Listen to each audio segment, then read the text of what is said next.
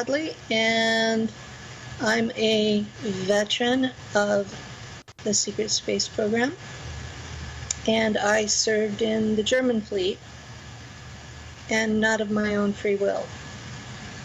None of us that served in any of these projects were there by our own free will. We were all kidnapped at one point in our early childhood in my generation, and as time went on, they started taking older kids. The excuse was that the adults, when they were subjected to space, went insane because it was too foreign to what they could understand. Their mindset of what was truth was too hardened. And that little kids didn't know the difference, so we wouldn't go insane. Except that wasn't entirely true. A lot of us did. I have no memories from before I was 4 years old. None. I've got photos, so I know I was there and interacted with family. And I've heard stories about my family having sheep that they raised and me throwing a fit when Mom used the wrong nipple on my bottle. But I don't remember it myself. When I was kidnapped at 4, I was mind-wiped completely and taken to Langley. And I was in a hospital-like prison for most of the next 5 years. I had a little room that was mine. It was big enough for a cot and a wash basin and a little toilet and a camera that was always watching me. The walls were white, the bedding was white, my pajamas I was in were white. White was the only color I saw.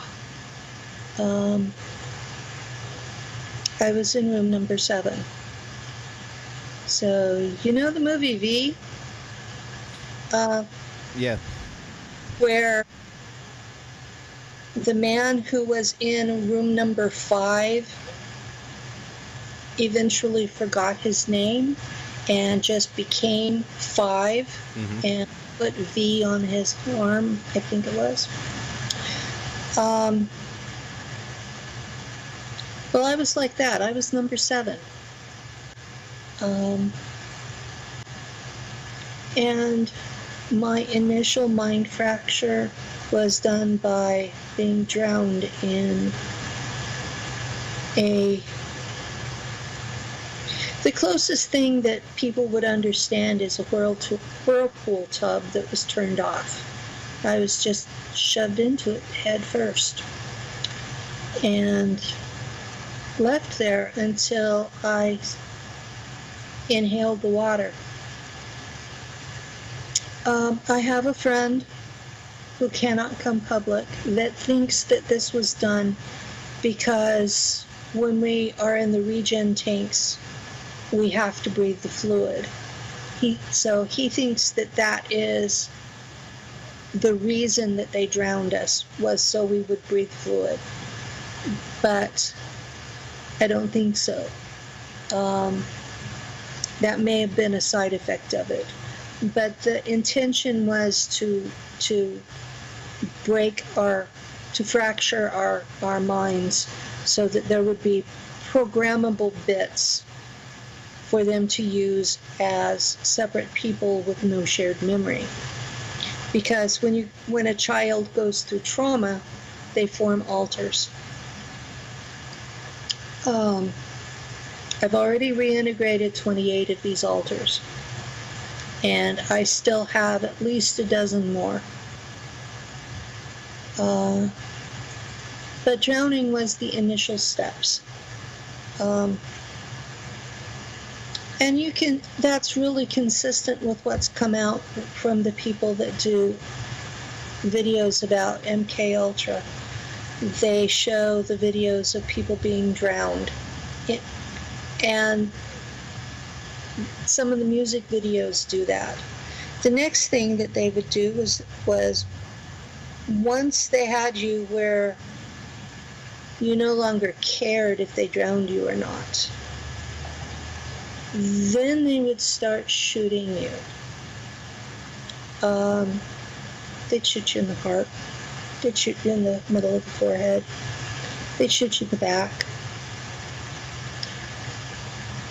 They had a regeneration tank at Langley in those days. I don't know if they still do or not. But they'd shoot you, and then you'd wake up inside the regeneration tank, and you'd be whole again. Well, it didn't take you very long to figure out that death was not an option. About how many times would you say that you went through that whole process? Can you remember?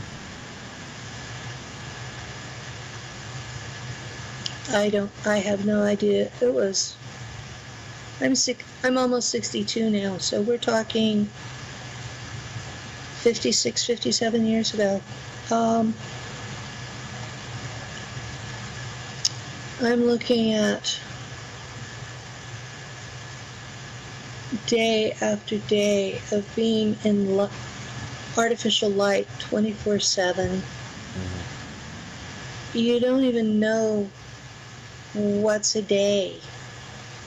You're totally disoriented as far as time, and they keep doing this stuff to you. And when they're not doing stuff to you, you're in this room by yourself.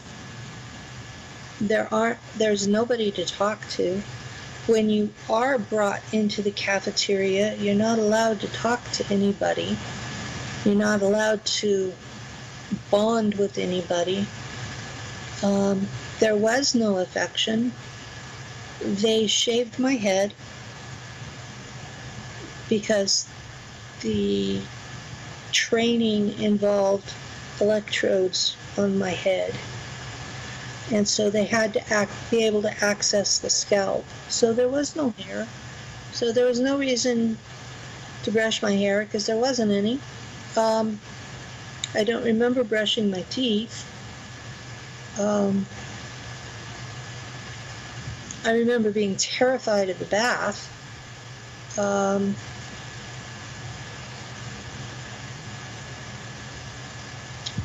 I have a vague memory of bathing being... They probably thought it was a shower, but they were hosing us off. And you'd be naked and in front of a bunch of people that you knew didn't care about you. Nobody talked to me very often, except to demand things. There were ETs there. There were Draco. Not the alphas that are white, but the browns and the greens. There were Draco around. The only being that was ever kind to me there was a Naga that wore a lab coat like she was a doctor. It was kind of disconcerting, even for a child, to be looking at this 9-foot-tall snake being wearing a lab coat. But yeah, she was black with white, and she had the most striking blue eyes, and she was the only being at Langley that was kind to me. I do have a bunch of weird memories from Langley. There was some Christmas festival where they deliberately went through and blocked my memories so I can see the people's feet and legs. But they literally go invisible from the hips up. Everybody in the room is like, whoa, they sure didn't want me to identify them. But I can see the Christmas tree in the corner, and I can see all these people in suits, and I know there's food and drink, and they let me have a piece of cake, which was very unusual for them. They generally weren't good to us. And it was a time I was in a dress instead of the white cotton pajamas. And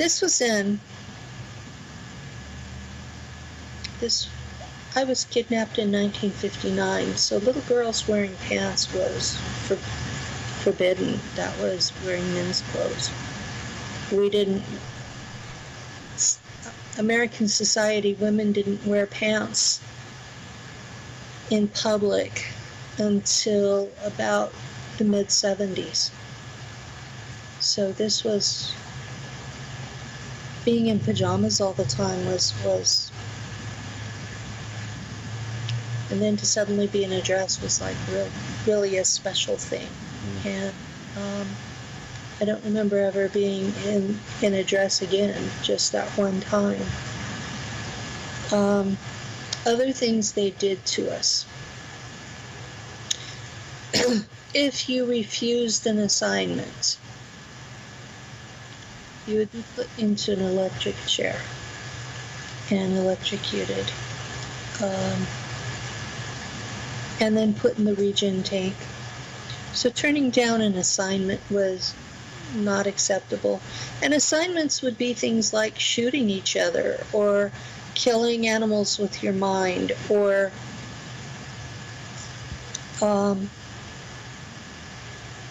remote.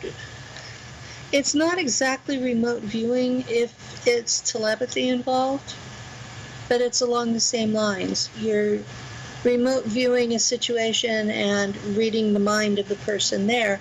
And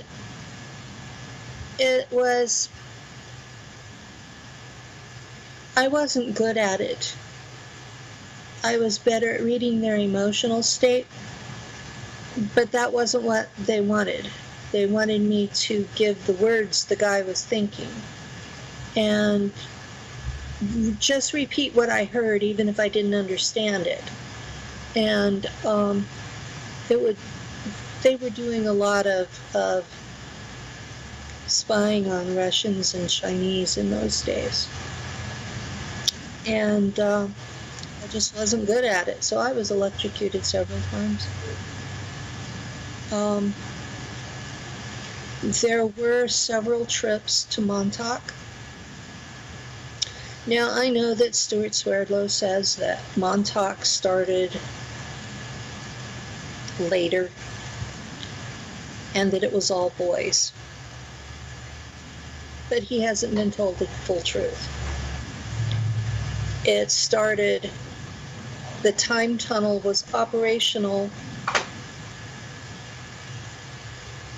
about 1960, and the first generation of kids that were taken into the SSP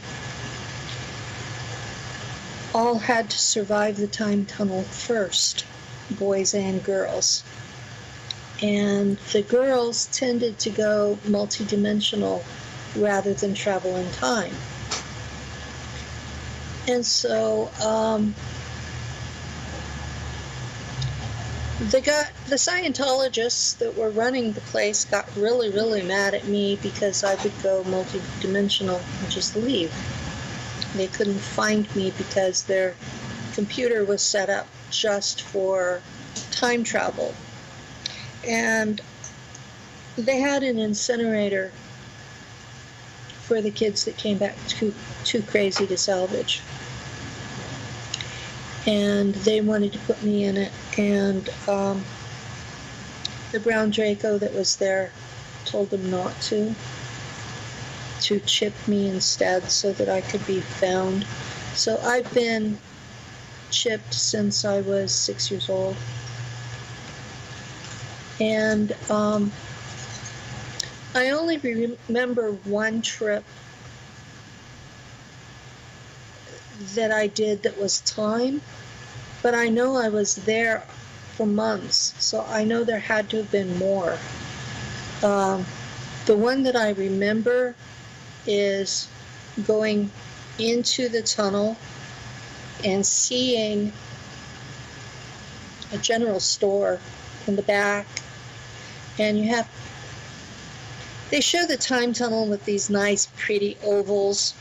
Well, when it's turned on, they wiggle and they grab at you, and so you have to avoid the wiggle while you're focusing on the target.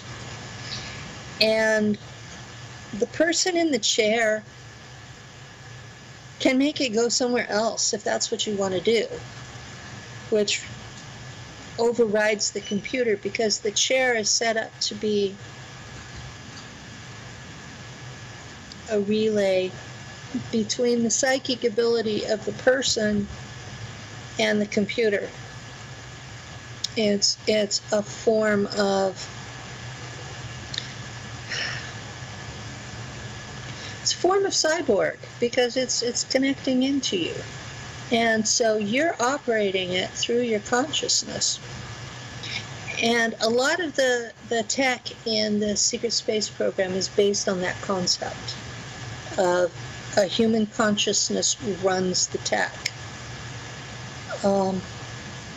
But so here I am, the 6-year-old kid, and I'm supposed to be going to this general store. And from what I remember of the styles, it was in the 1880s, somewhere in the West. And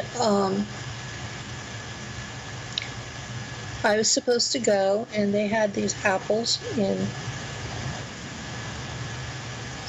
bushel baskets, wooden ones, and they were on display outside the store. And I was supposed to go steal one of the apples and bring it back.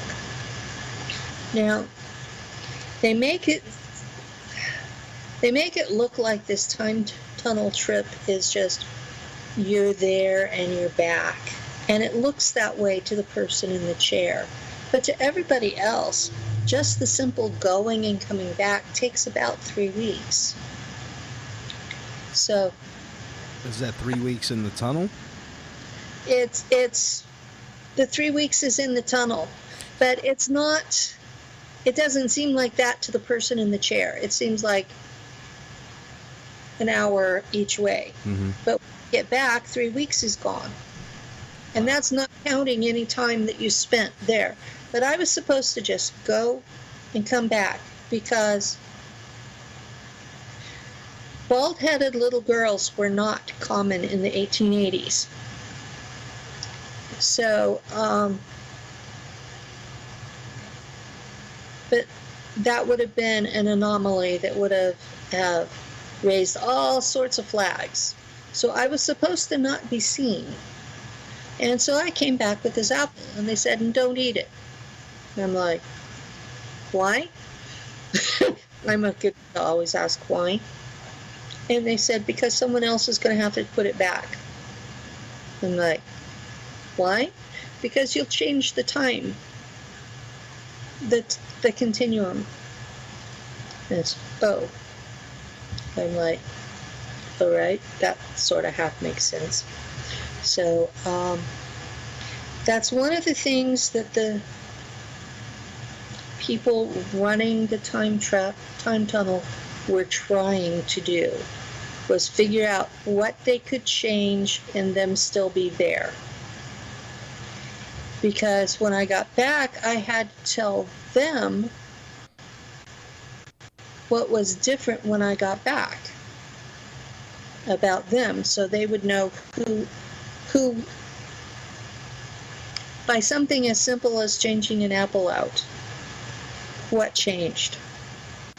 Because they had this thing, they were using the time tunnel to go back in time and change events to give the CIA more power now.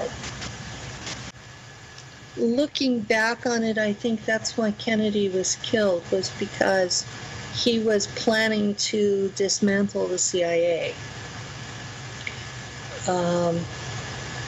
And they were doing all these things to give themselves more power. They really don't have a charter as such, They were told in the 70s to stop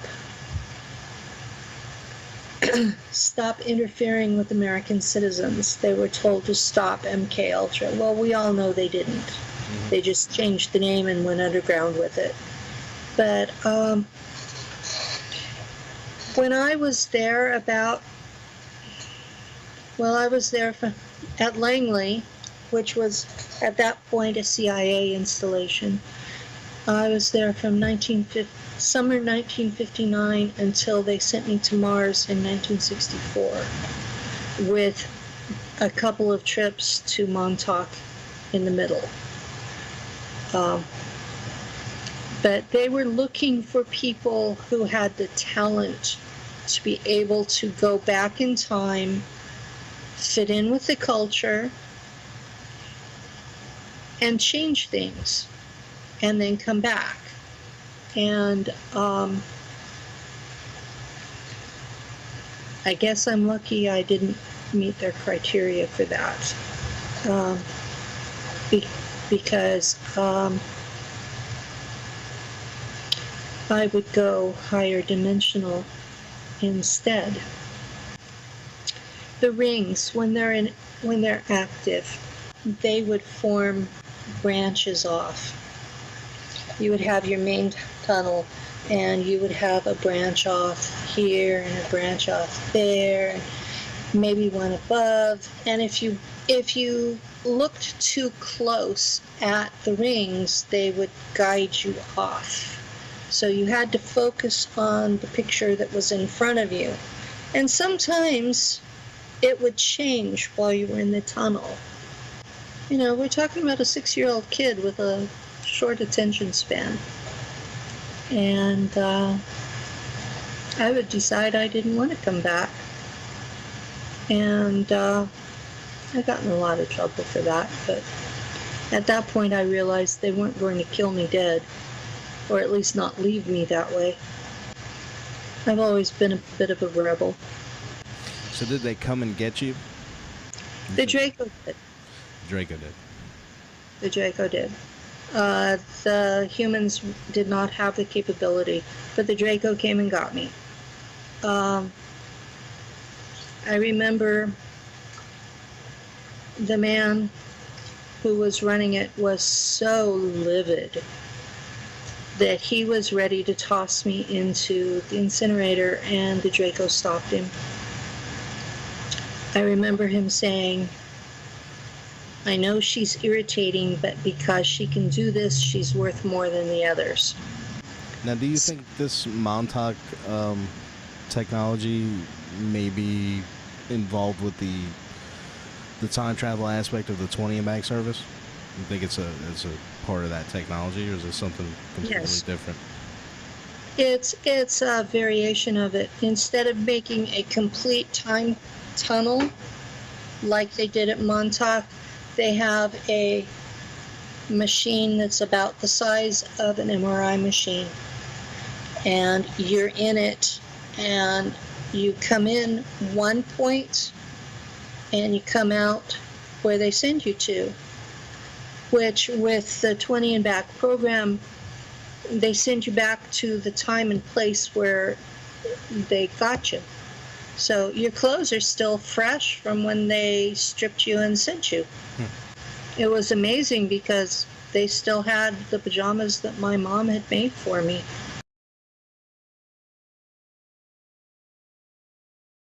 I was driven to New York.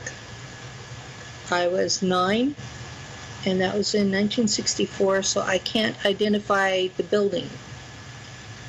I don't know the address, can't identify the building. But you go into this building, and you go into the elevator, and it looks like a normal elevator. But they tell you, don't touch the walls. And instead of going up or down like a normal elevator, it goes to the back, and it takes on this shape of an oval. It becomes almost like a bullet traveling. I don't know the tech involved, but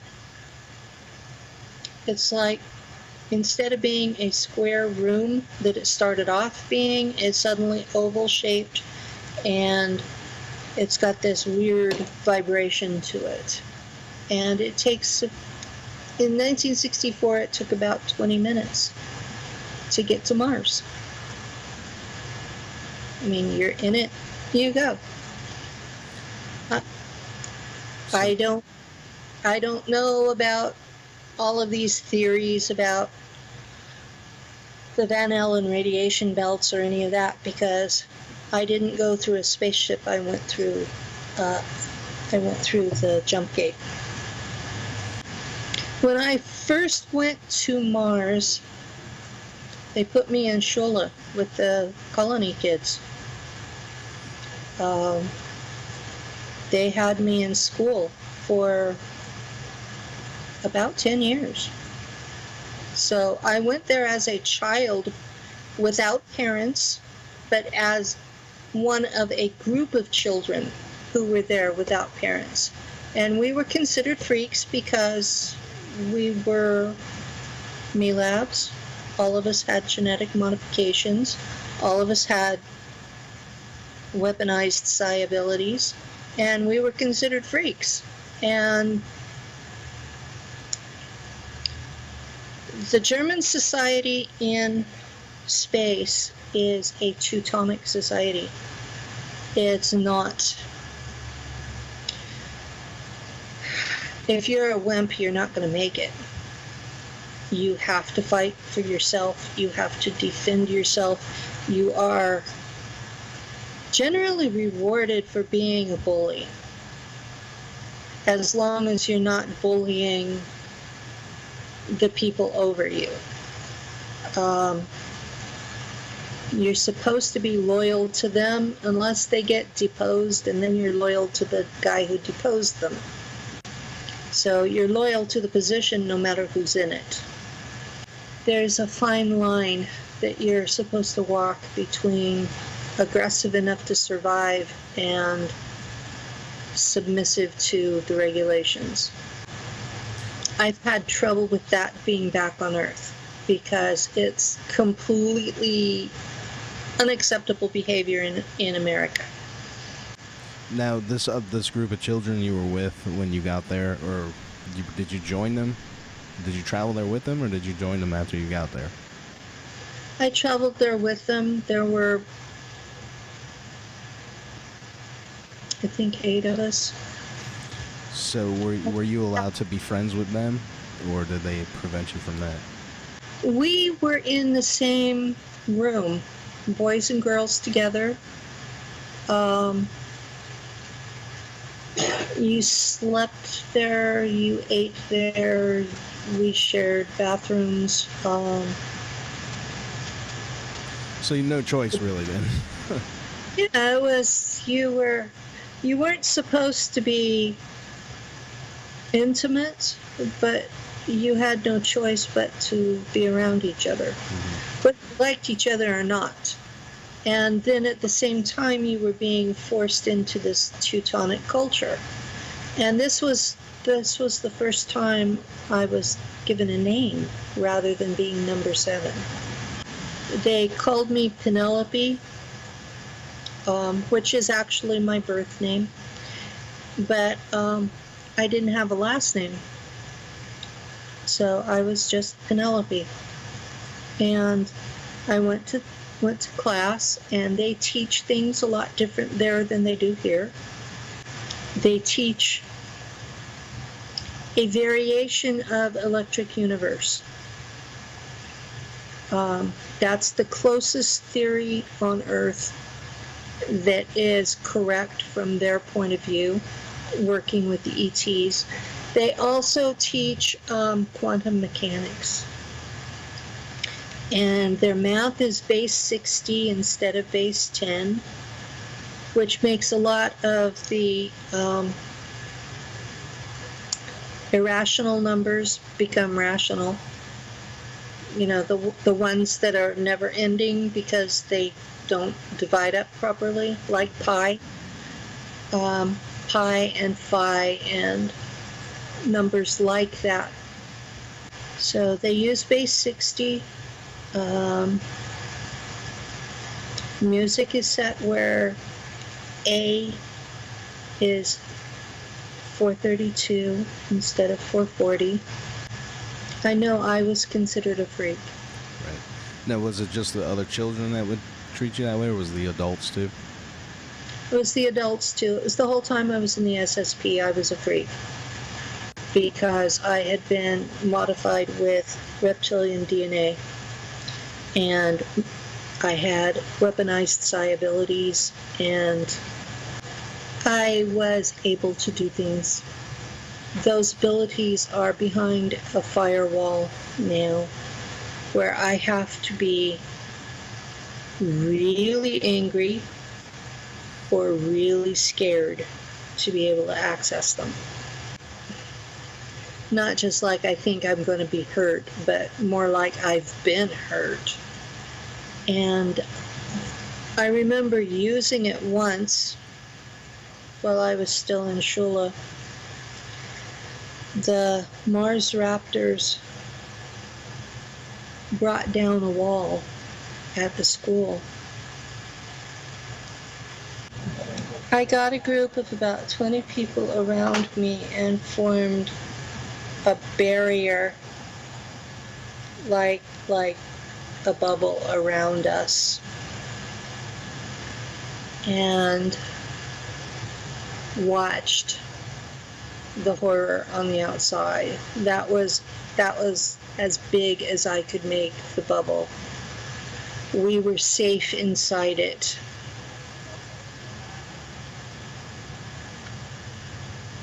And apparently we were the only survivors. The Germans have a technology, Tony calls it rephoning. I don't remember what it's called. I don't remember the German term for it.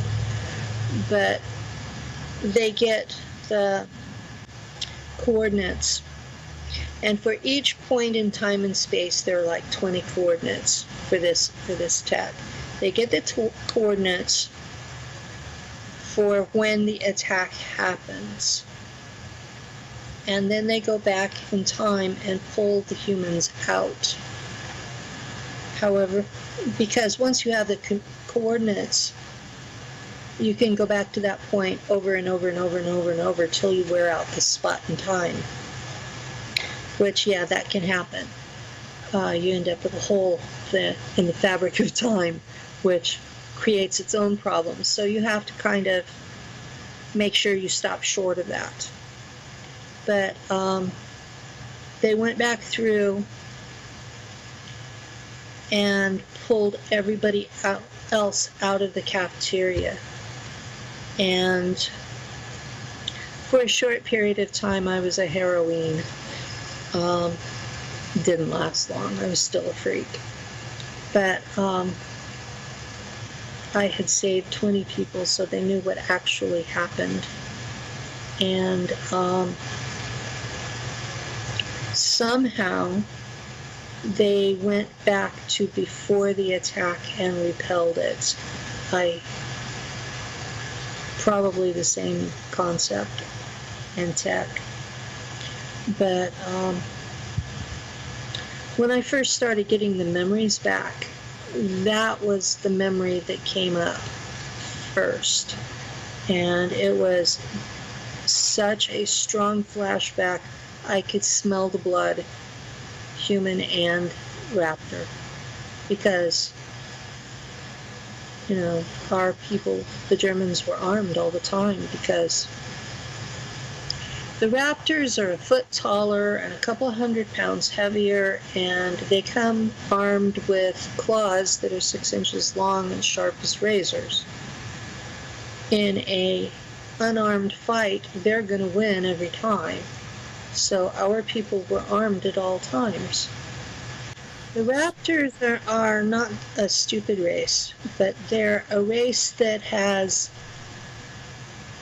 They used to have space flight, and they're related to the race that Lacerta is on Earth, the subterranean reptoids. They're related races, where the ones on Mars have lost space flight, they've lost their tech, and they've reverted back to caveman. And they're in tribes. They don't have a central government, but they have areas that they're very territorial about. And they have, they call them temples, but they appear to be ancient tech sites. Like, say humanity collapsed back to the Stone Age, and the group decided that the Los Angeles airport was a temple, and they guarded that for the next 10,000 years. Right. That's kind of what these raptors have done. They have ancient tech sites that they've held as temples. And a lot of the problems between the Germans and the raptors are the Germans' fault, because they came in, they were told, these are the areas that your allies, the Draco, have by treaty. Well, they didn't like those areas. So they found places where the raptors and the mantids had cities, and they used nukes on them to clear out the original inhabitants, and that automatically created wars. And those wars, well, the one in the Northern Hemisphere ended in 1990, and from what I understand, the one in the Southern Hemisphere is still ongoing. So that's what started the wars initially. And then right after they signed the treaty, the Germans sent the American Marines into one of those temples to get tech. And that was what Randy Kramer calls the Battle of the Blender. It wasn't pretty. And it was stupid. And my commander at the time was held responsible by the Draco. I'll never forget when this tall white Alpha Drac comes stomping into the office and pulls out my commander and held him personally responsible for that mess and said, "You have violated our treaty, you have dishonored us," and just claws from the pubic bone up to inside his rib cage and just shredded him. And as soon as the Drac left, the medics put what was left of the captain back into the regen tank, and he wasn't near as much an asshole after that. I'd imagine not. He learned some humility. There's a lot of theory being spread about the ETs right now. Most of it's fear porn.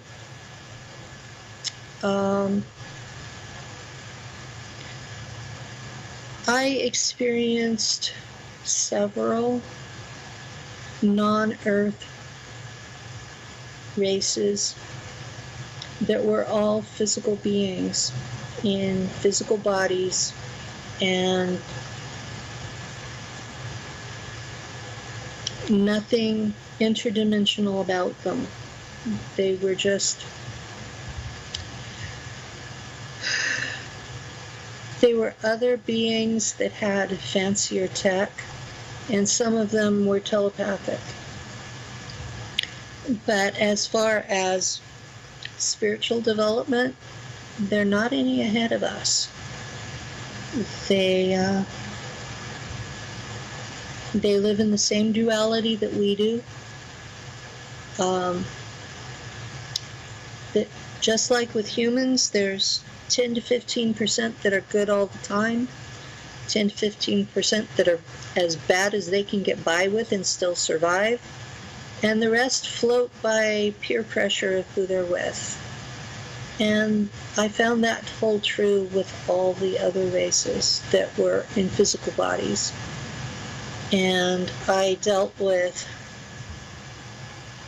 3 of the 7 races of Draco. I dealt with 2 races of mantids, the raptors, zetas. I only knew 1 naga, so that's not enough to get a feel for the race. There's also a Mars human who is a survivor from the galactic wars that were at least 15,000 years ago. And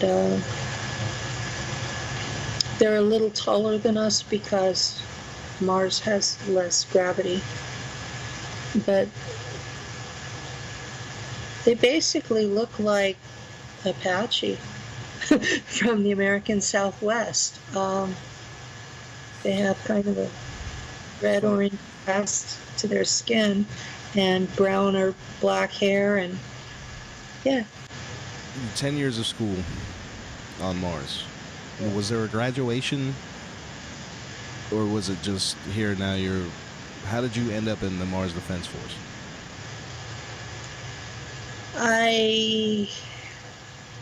There wasn't a graduation ceremony for us. There was for the colonist kids. So we went to the last day of school, and they gave us a couple of days to adjust that we weren't in school anymore. And then we were given our assignments. The whole program is really weird because you wake up, you go in the shower, which is a sonic shower, it's not a water shower, and you come out,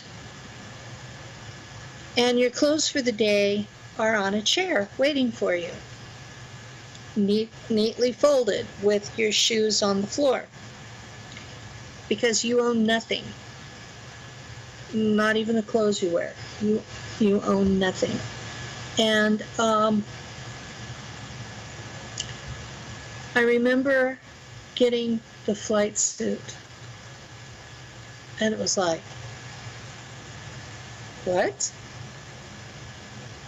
But I'm female, you know, because, but no, it was a flight suit. And the basic one for Mars was, in those days, was red and black. But mine was this dark blue. And I'm like, remember, I don't remember ever being on Earth. Okay? And I have this dark blue flight suit. And I'm like, warum? You know, why? Well, you're U.S. Navy on loan to us. So you wear a U.S. Navy uniform. I'm like, this made no sense to me at all, but I knew better than to question it. So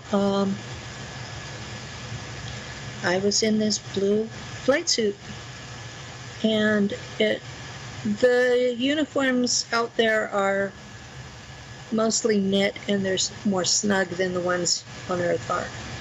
So I'm in this flight suit, and then they attached, behind my ear, they attached the chip. It looks a lot like a Bluetooth. That's the closest thing I've seen on Earth. But it was behind my ear, and it allowed me to interface with the ship's computer. So I was assigned a ship, Um, it looked a lot like the F-15s, except it had a different engine. It was plasma instead of jet, and it had an outrageous range to it.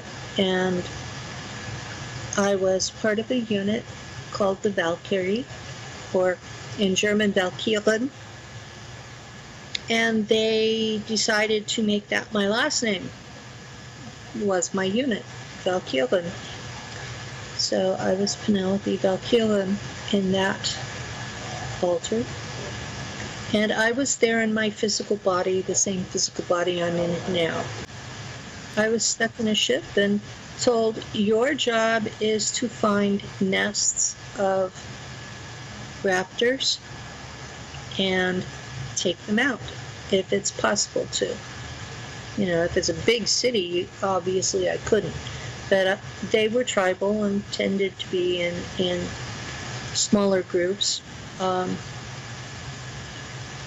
Germans had already taken out their larger cities, so they're kind of they had just started coming up to Neolithic, and we put them back into the Stone Age. So they're really not very happy with the Germans. These nukes that they used, were they, like your typical hydrogen bomb, or were they like a neutrino bomb? They were more like the neutron bombs, because there was a time period we had to stay out of them, but then we could reuse them. So And it didn't decimate the city. No, it just killed everything in it. So I'm not sure it was even nuclear based. It may have been poison instead. Mm-hmm. But whatever it was, there was a time frame you had to wait, and then you could have the city. In those days on Mars, there were these sandstorms that would just travel the whole planet, circling the whole planet. And they have something similar in Arizona and I guess in Iraq, where the sandstorms they come at you like a wall and you can't even breathe.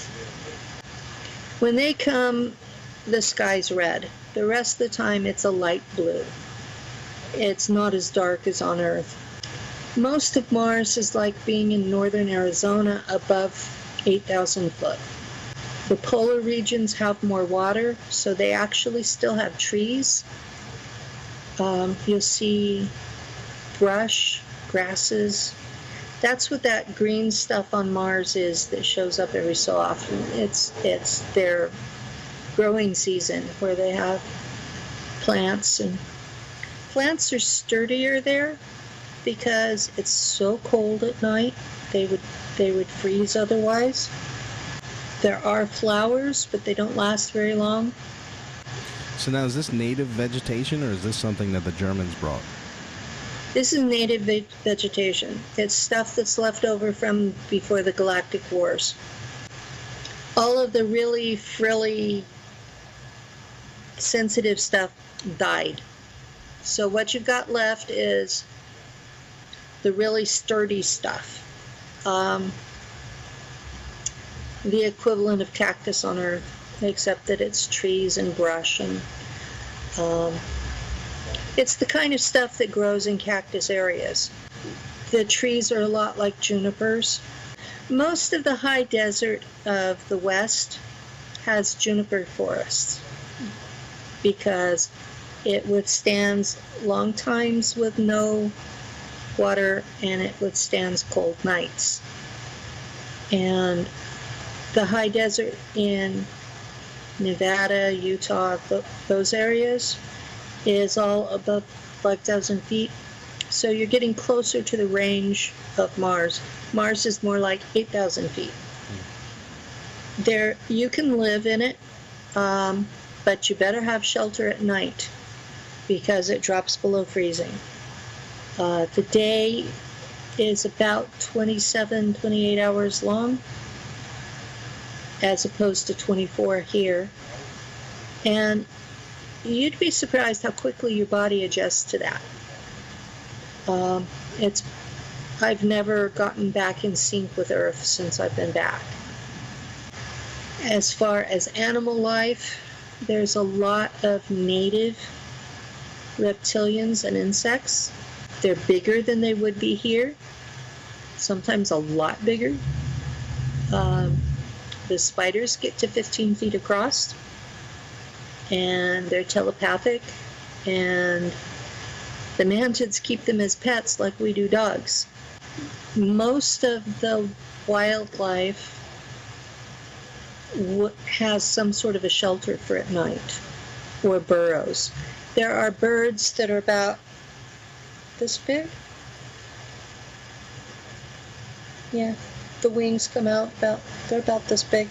They're birds, they're black. They come out at sunset and they're out for a couple of hours. And then they go back in their burrows for the night.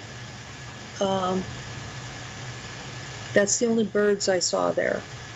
There are burrowing mammals that they look like capybara with short legs. And since humans have been going back and forth, there are rats from Earth that are almost as big. Rats seem to go along anywhere humans do. Well, I sure hope they don't become telepathic as well. Me too. It was bad enough the spiders were. Did you ever have any contact with those spiders? Yeah, I would occasionally be assigned to deal with mantids as air support for the Marines. And I would occasionally be ordered to capture a mantid. And they would inevitably duck into a cave, and I would be pounced on by a spider. And I remember being bitten. I remember the feeling of the fangs going in, and they have 2 sets of mandibles. So it comes in like this. And they release a poison that feels like liquid fire. And it doesn't burn for very long because it kills the nerves. And I would pass out. Then I would wake up in the regeneration tank. So apparently someone followed me and found me. So I don't know if the mantid ever got captured or not. Did you ever have a telepathic exchange? With the spider? With the spider, yeah. I'm just curious as what that would be like. Probably. They were probably reading my thoughts, but I wasn't. I was concentrating too much on the mantid. Right. I've had exchanges with mantids. I've had exchanges with Draco. Draco are fully present and aggressive, and humans are not hardwired to tolerate that very long. We just don't have the circuitry for it. And most Draco are aware that too long of a psychic presence will kill the human. And so they just give you a few minutes of it and then block again. But I've been interrogated by both mantids and Draco. And what I will say is the best thing you can do is just open and let them read you, because they're going to anyway. And the more you resist, the worse it gets. And the Germans in charge, that's the advice they gave us. They said, do not try to keep a secret, don't hide anything. Just come back and we'll be able to figure out what you told them. And I mean, When you know that your racial stock can't handle it, how else do you do? I know that the colonist kids couldn't have dealt with it. They had not been through the pre-training that I had, and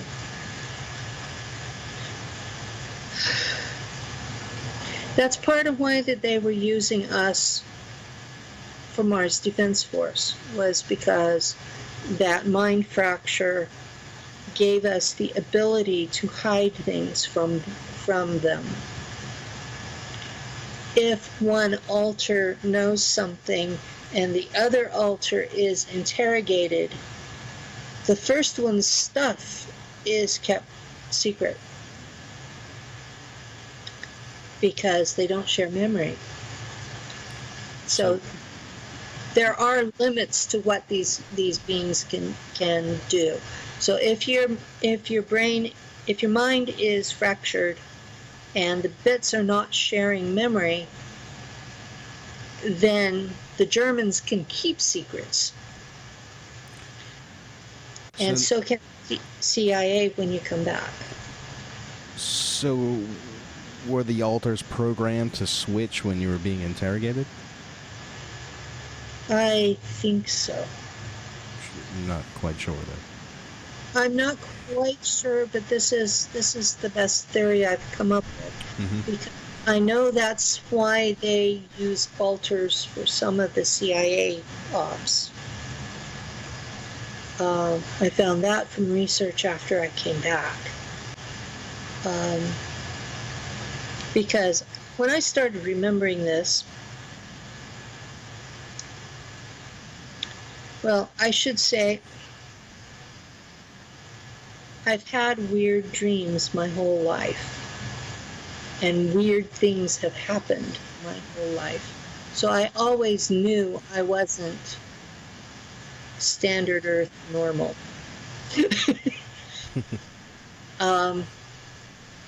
But I didn't know what had happened until 4 years ago when a retired NSA agent used a CIA code word on me to make me remember. He activated me. And all of this stuff came pouring back. And that alter spoke German. So I don't speak German well enough to understand it all. I have a lot more memory than I can talk about because I don't remember the German well enough to know what it was about. So I had to do research to know what I was talking about. What is it that I'm seeing? You know? I have this memory of these raptors pouring in through the wall, and I'm smelling blood, and some of it's human and some of it's raptor. Well, what was that? I still haven't found where anyone else has admitted to experiencing it. So my best guess is that it was an attack that no one else has recorded, because it would have been about 1969, 1970, because I was still a kid. That made a deep impression on me. Mars Defense Force works under German High Command, and they work side by side with several American components.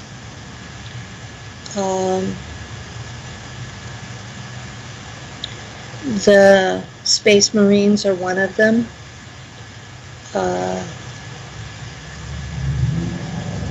Solar Warden is aware of them, but I'm not sure how much Solar Warden knows, because we didn't interact a lot, but I know that when they came to the ICC bases, they would make sure that they checked in with us before they did. Because our policy was, if you didn't check in with Mars Defense Force, you got shot down. That's actually what happened to the American and Soviet and later Russian probes that were sent to Mars. They didn't check in with Mars Defense Force, so they got shot down. That's the short version. Mars Defense Force has satellites in orbit. We have a specific flight path that you have to take into Ares Prime. If you've never been to Mars before, if you give us where you're going, you'll be escorted in and out. Mars Defense Force takes it seriously that we have already had a long-standing war with the raptors and the mantids. We finally achieved territorial treaties that everybody's willing to live with. There are some parties that are not happy, but they're willing to live with the results. And they really didn't want outsiders. They were very picky about which humans they accepted. You had to have a certain IQ level. They're trying to create a master race there. Something that is a superhuman, smarter than Earth humans, stronger than Earth humans. And in the process, they've completely deprived all freedom. It's a police state run by the military. It's not a fun place to be, but at the same time, they're creating a kind of human race that's superior in most aspects to what we have on Earth. They took the cream of the cream in the 60s and 70s. Remember, I don't know if you're old enough to remember, they talked about the brain drain then. Yes, I'm familiar with it. I'm obviously wasn't around when it happened, but the brain drain was because they were taking those people to Mars and Ceres. The two colonies were set up in competition with each other. But in the German system, everybody has a competitor. The idea is if you compete with somebody all the time, then both will improve. And they do give you rewards, which they never do on Earth. But in the German system, you always have a competitor, and if you win, you will be rewarded. Things that matter in that culture. But they were deliberately taking the cream of the cream. And they made them all kinds of promises, but when they got to Mars and Ceres, they were basically slaves. The idea was to get these top-notch people and have them in their own culture. And the result was that stock was removed from Earth. So we, average, ended up dumber. And they ended up a lot smarter because they didn't have the dumber people. The only way the average human on Earth now is going to be allowed to Mars is as a slave. And most of them are converted into cyborgs and sold to ETs. no, that wasn't Mars Defense Force doing that, right? Mars Defense Force guards those ships once they're into Mars space, and they know what's on the ships, so they're complicit. So from what you're describing, it sounds like Mars Defense Force is akin to like Homeland Security, kind of like a police force. It's a police force and military because of the wars. I had very military applications. It's more like Mars Coast Guard plus a militia and police all rolled into one. Mm-hmm. And since there is no freedom allowed on the planet, you step out of line and you're zapped. Most of the citizens have chips where they get a sharp pain if they even think a thought that's not acceptable. Everybody's monitored by the central computer at the colony that they're assigned to. Ares Prime has a quantum computer that is self-aware. Most of the larger ships have quantum computers that are becoming self-aware. So yeah, there's tech out there that'll blow your mind. Seeing what was done with cybernetics in Mars Defense Force and in Nachtwaffen is why I'm so against the singularity. I have friends who claim that it'll be completely voluntary. I don't believe that. What we have seen in other planets and systems is that once the AI starts voluntary, pretty soon you've got quantum computers running the culture, and before long, to compete for a job, you have to become cybernetic. And it becomes a matter of personal survival. And at that point, it's no longer voluntary. And there's always a few holdouts, but eventually the cybernetics will hunt them down and kill them as competitors. And eventually the AI aspect will kill off all of the carbon-based life forms in that system. So you end up with a silicon-based system. To be honest, there is not a galactic federation of light, but there is a federation of planets. And the Federation has said if Earth does not stop AI, that Earth is going to be sterilized because they will not allow it out of this system. That's part of the problem that they're having with the Draco, is that the Draco have embraced the AI.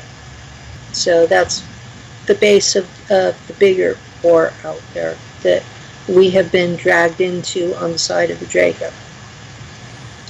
And I really do not see how any human-based alliance is going to stop the Draco. I've worked with them, I've worked beside them, I've worked under them.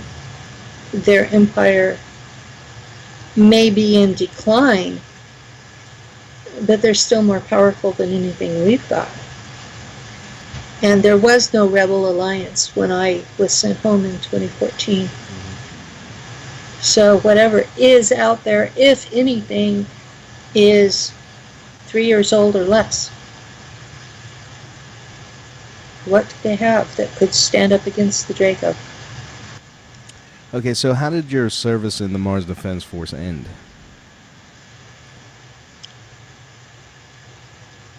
Okay, since I was genetically modified, I was not supposed to have a lover. But everyone else in the German fleets, all of the German services, are encouraged to have lovers. So I snuck one. And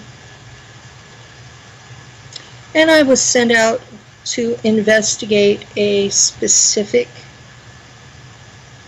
raptor nest. And I found my lover being dinner.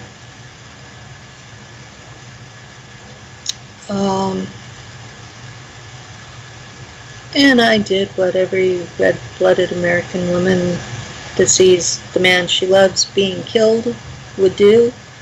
I panicked. except that I was connected to a fighter ship with multiple weapons. And the ship's computer interpreted the panic as fire everything. And I completely took out the nest and all of the captured humans. And the computer sent a message back to headquarters describing the panic. And so they rephoned and rescued all the humans. So all of them survived. The raptors were completely destroyed. And Mars Defense Force decided I was emotionally unstable and unsafe to be trusted with those weapons. And so they transferred me to Machtwaffen as punishment.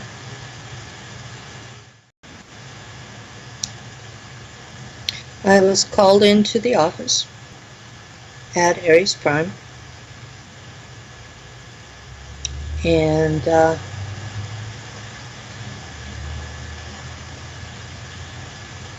the same captain that I had seen gutted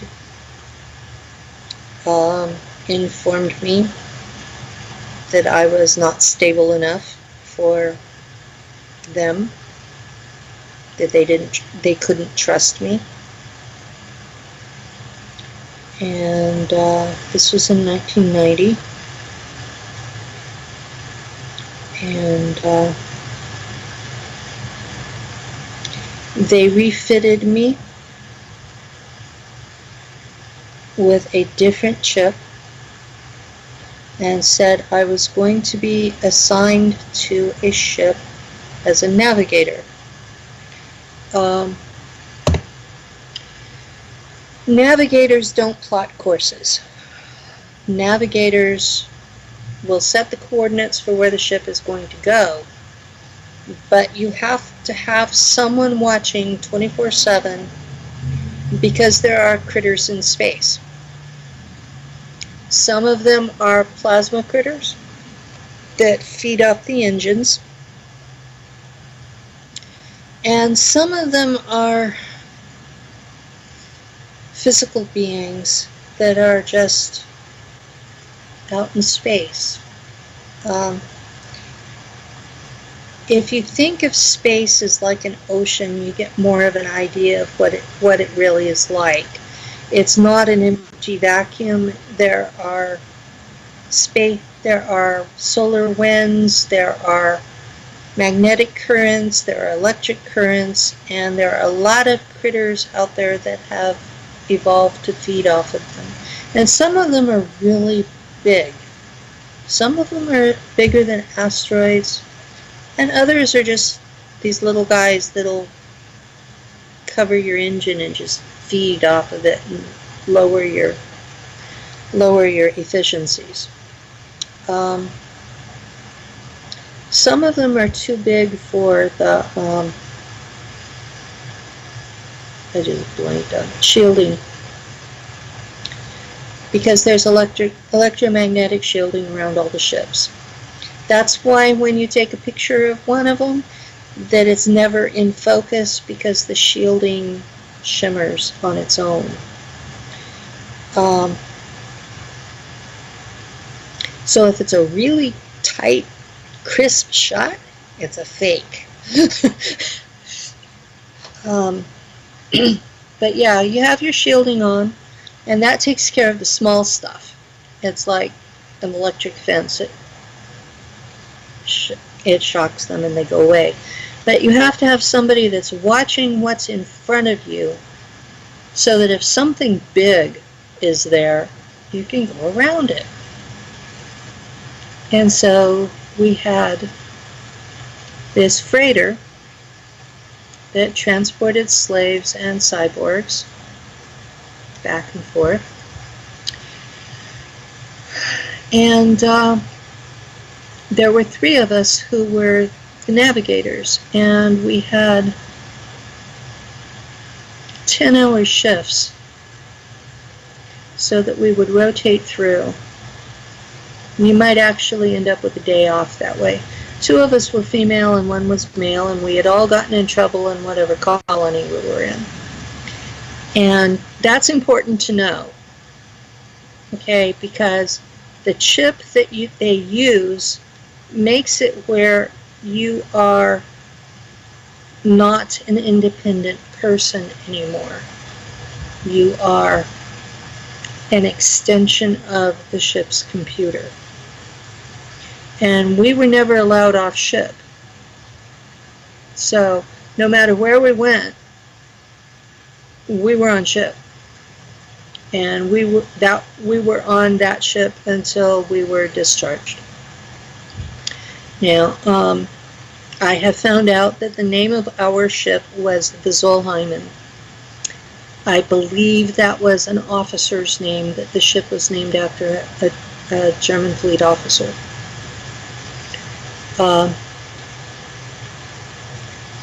And normally,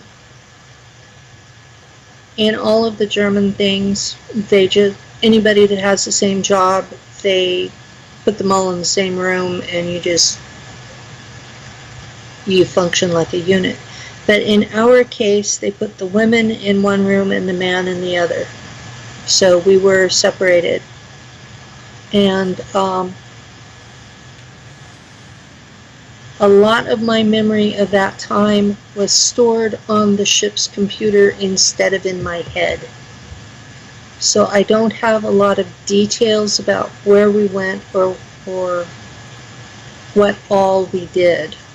Now, I do know we transported prisoners of war from joint Draco-German, what do they call them? Tactical events. That's what they called them. It was small planets decided to rebel. Have you seen that short video called Raqqa? Is that the one with the reptilians? It's the one with the reptilian invasion of Earth. Yeah. That is a correct depiction of what we did to these planets. We would go in and instead of just killing them outright, the Germans would take them back to the various processing plants run by the ICC, and they would be converted into cyborgs and sold to ETs. The big thing with all of the secret space programs, the goal is to come up with as much advanced ET tech as they can in as short a time as they can. And they're kidnapping at least 2 million Earth humans a year, and these prisoners of war are in addition to that. Humans have something called a metagene that allows us to get scared and lift a truck off of our kid. Okay, it allows us to do impossible things. This was an accident of our genetics. The rest of the universe doesn't have it, and they want it. So they keep looking for human tissue samples so they can figure out what it is that's doing this. And because the powers that be have gone through human history, and there are some areas where they have been so anti-witchcraft that they've almost completely eliminated that gene from their population.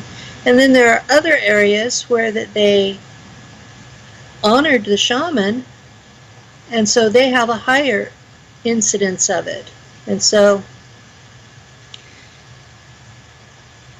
tissue samples from peoples that have higher metagene are incredibly valuable. And a lot of a lot of the people that were kidnapped for the secret space program come from those groups. And they make clones of us regularly and convert these clones into cyborgs, and the leftover pieces they sell to other ETs that are looking for metagene. So those of us who served are not exempt from this any more than the people who are kidnapped. They're now taking samples from the people they kidnap and making clones of them.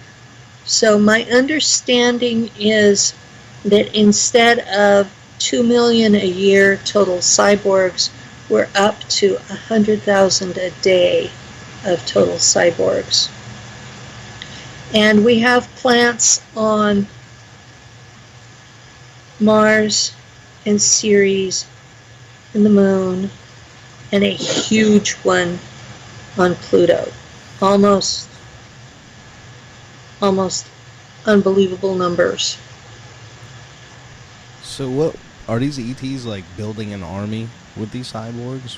What exactly? Some of them are army, because there are at least 6 major interstellar wars going on that have been going on for millions of years. Others are becoming personal slaves. You know, you want somebody to attend to your every whim? Get a cyborg. They don't think of them as people or beings. They think of them as robots. Because they just have enough tissue and consciousness to run the tech. All of the ET tech requires a consciousness. You can't run ET tech by a robot. And there's plenty of robots out there. The really little grays, the ones that are about 2-3 feet tall, those are all robots. Mm-hmm. They don't have consciousness. They're just robots. Those things that come and you hear about them kidnapping humans all the time for this, that, or the other, those are robots. They have no minds. Then there are 2 human, American-based mercenary companies. One's called Kruger and one's called Monarch. And they take clones of SSP people, and they purchase an altar to run the clone. You can be on Earth in your bed asleep at night, and they'll show up with portal tech, and they'll take you to their headquarters or their base, and they'll sit you in a chair, and they'll transfer your consciousness into the clone that they've had in stasis. Then they'll wake up that altar, and they'll put your body into stasis for the duration, and they might keep you for 50 years. And then when they're done, they put you back into your body. They use the process in reverse and take you back to the coordinates they got you from. I know this sounds insane, but I've had them take me as many as 4 times in a night for that type of operation. I have 2 altars that are in Kruger and 1 in Monarch. And there's no stopping them. I have fought. I have told them, I've served enough. You don't own me. I'm a person. I'm not a thing. And they don't care. They'll just zap me with something to knock me out and take me. And I wake up with marks. I wake up with my blood sugar outrageously high. And I'm a diabetic. I have to do my blood test every morning when I get up. And it's a 40-point jump whenever they take me. So you can track through my blood tests and see exactly when I've been taken. I don't have full memory because most of it's mindless repetition. I know you say you didn't remember a lot from Nagwaffen. Do you remember how you exited out? I remember being taken off the ship and told my time was up. And I didn't know anything about that. The units I was in had all been told that Earth had been destroyed in a cobalt bomb war. So I had no idea that Earth was still there. And so this was a major shock to my system to be told that. I don't remember the debriefing. I do remember the machine that sent me back, and when I have to go for an MRI, I do a full-blown panic attack. Absolutely full-blown panic attack.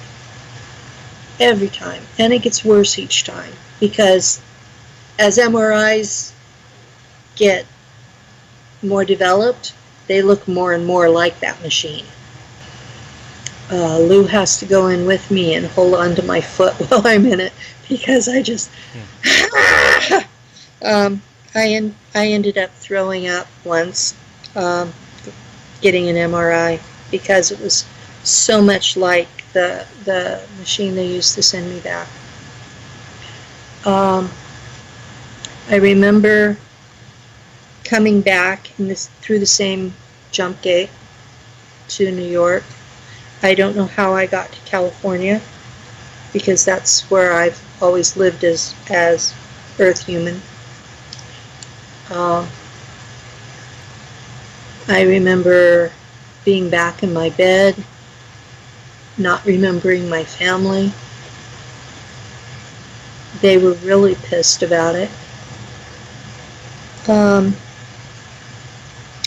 My father was half Cherokee, and he was a preacher for the Church of Christ.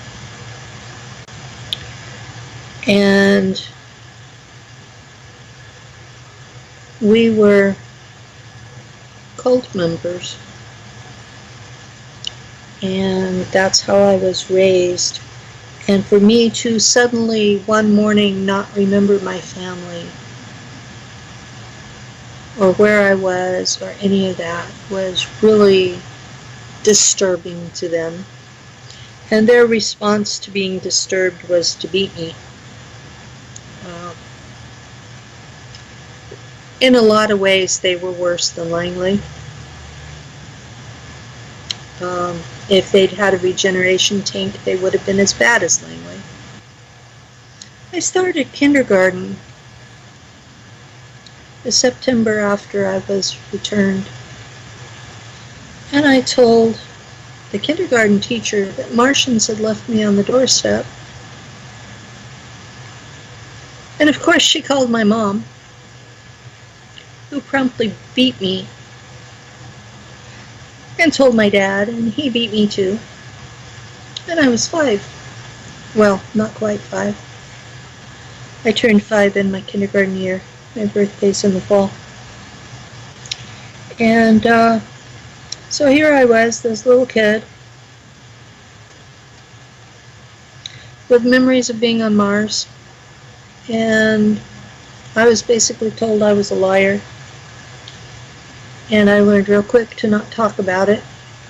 And a couple of years later, whenever they tried to teach me to swim, I got pneumonia because I kept breathing in the water. Just like they had taught me to do at Langley. And yeah, there were signs all along. But I was too smart for... Well, we lived in the poor part of the Central Valley, and I went to school with kids from the labor camps. I don't think they have anything like that where you are. But in those days, California had the Braceros program, and they would literally give temporary visas to a certain number of people from Mexico, and they would follow the fields as crops would get ripe and ready to harvest. The workers would go from one farm to the next, and they didn't have an actual boss, and they would live at these labor camps, and they were treated like slaves. So it was almost like being back on Mars. Except I was surface instead of underground, and I wasn't in a plane. And I learned a fierce protectiveness of those people who were mistreated. I guess my social justice warrior aspect came out of that. I've always identified more with them than the main culture. But I argued with the teachers when they were teaching science. I told them that Einstein was wrong. I was really good at math, in spite of the fact it wasn't base 60. I didn't think like any of the other kids. When I was little, I fought a lot. It took me a while to learn to live in a non-Teutonic society where females were supposed to be submissive. We moved a lot. Looking back on it, I think my father knew at some level that his kids were being kidnapped. But it didn't matter how often we moved or where we went. Every year, these guys in dark suits would show up and give the IQ tests and ask me a bunch of questions. And they would do, as we got older, they would do the same with my sister. I guess with the other kids, I never talked to them about it. I'm the oldest of 5. We all have signs of the genetic modifications. The others, I've never talked to them about this. They've tended to treat me like I was crazy anyway, because I would talk about things that were not normal. I had emotional problems as a teen, depression.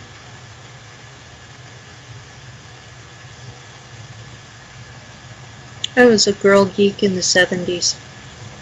That kind of explains a lot. I earned a full scholarship to Cornell University in 1972. I was 17. My dad turned it down. In those days, females were legally the property of their father until they got married, and then they were the property of their husband. The Supreme Court changed that in 1982. So I was up against that. Because I was underage, which at that time was 21, there was nothing I could do about it. I didn't have a driver's license, I didn't have a car, I did have a job, but it was part-time. I didn't make much. Minimum wage was $1.65 an hour. And the ticket to get to Ithaca, New York, anyway, and get a place even in the dorms was going to cost me $1,500. In 1973. Yeah, that's a lot. Well, I went to my grandfather, my mom's dad, And first thing he said was, "What did your father say?" And I told him, and he says, "Well, I'm not going to override your dad." So that was the extent. So I ended up having a mild nervous breakdown and then went to junior college, which I graduated with. I graduated high school with a 3.6, and I graduated junior college in 3 semesters instead of 4 with a 3.0. And then I got married, and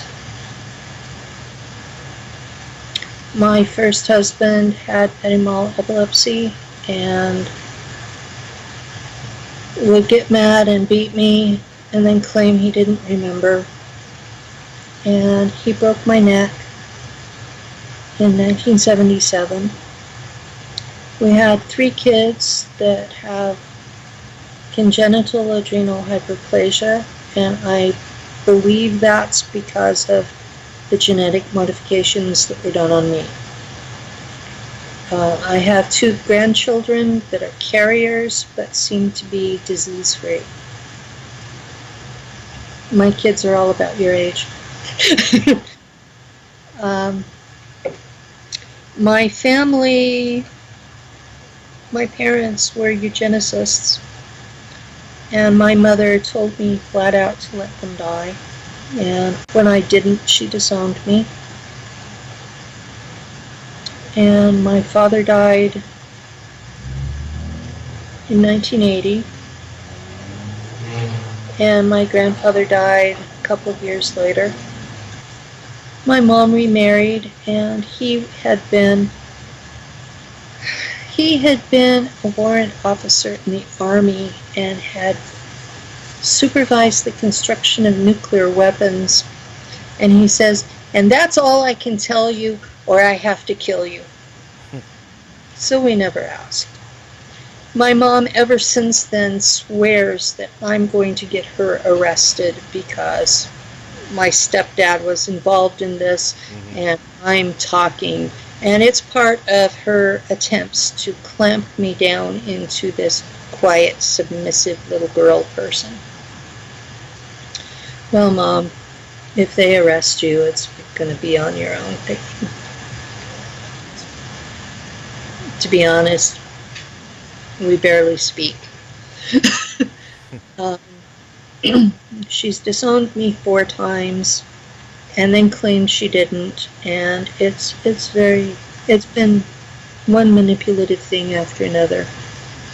I do understand that this thing is multi-generational, that she has obvious alters, so she was put through the same kind of thing that I was, who knows when, and she was abducted and her kids were messed with. She has O negative blood. All 5 of us have O positive, and none of us died. And this was before the Rogam shot.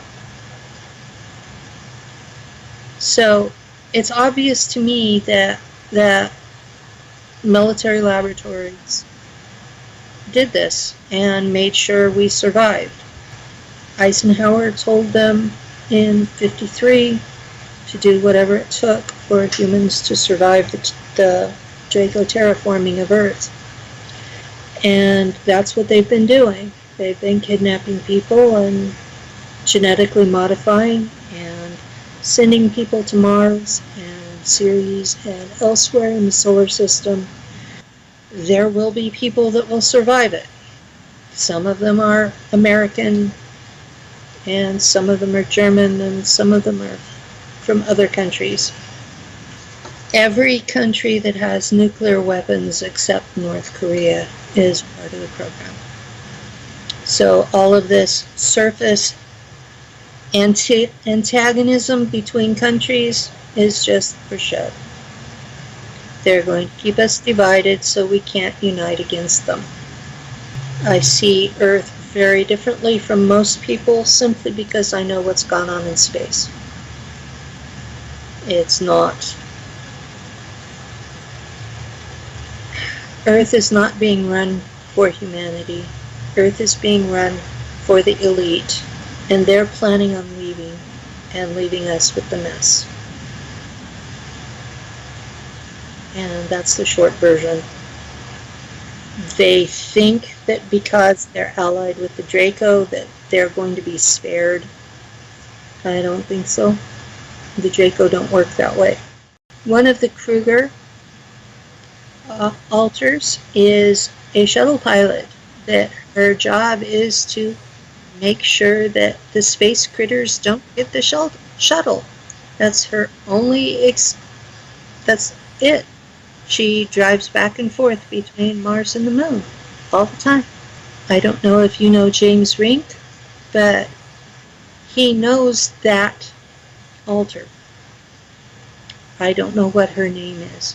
Then there's another one that I call her Starbuck because she's got that attitude. Starbuck from Battlestar Galactica. And she's a fighter pilot in space and a mercenary, and at least one of the other admins in the SSP group knows her and describes her as really rough. And I've seen her. I woke up inside her, and she has augments. She's the one that has the surgically implanted exoskeleton, and she has a chip to fly the plane, and she has a chip here that gives her the visual readout. But she's still mostly human. And then the one for Monarch, she was a sex slave on Mars at the same time that I was serving there. She's not there anymore. I've been able to, I haven't been able to reintegrate her, but I've been able to find out she's no longer active. And those are the ones I know about, the ones that have bled through. That's one of the problems with this, is you have so many alters that you don't even know what they're doing. You don't know what you're being used for. You don't know why you wake up exhausted. Well, hell, you were gone for 50 years, maybe 4 times, all in the same night. Okay, the German alter. My human personality is generally a much more soft-spoken person. Penelope Valkyrin is aggressive. She's not shy. She doesn't take shit off of anybody. And the German she spoke was not High German, like what's taught in schools here. It was Schwabian German. On Earth, it's considered a hillbilly language. She cussed more than anything else. I'm sure she had to speak actual German to her higher-ups. But most of the memories that she has are a lot of swear words and this dialect that I haven't been able to learn. When I did take German in school on Earth, I had 2 separate teachers tell me I had a Schwabian accent in German, and they didn't know how I did that. Well, now I know how I did that. One of them was an American whose parents were from the Swiss region, but he had learned High German. And the other one had been a Luftwaffe officer in World War II, and he was from Berlin, and he spoke High German, and he was like, how are you speaking with a Schwabian accent? How did this happen? I don't know. Well, now I know. Penelope spoke Schwabian.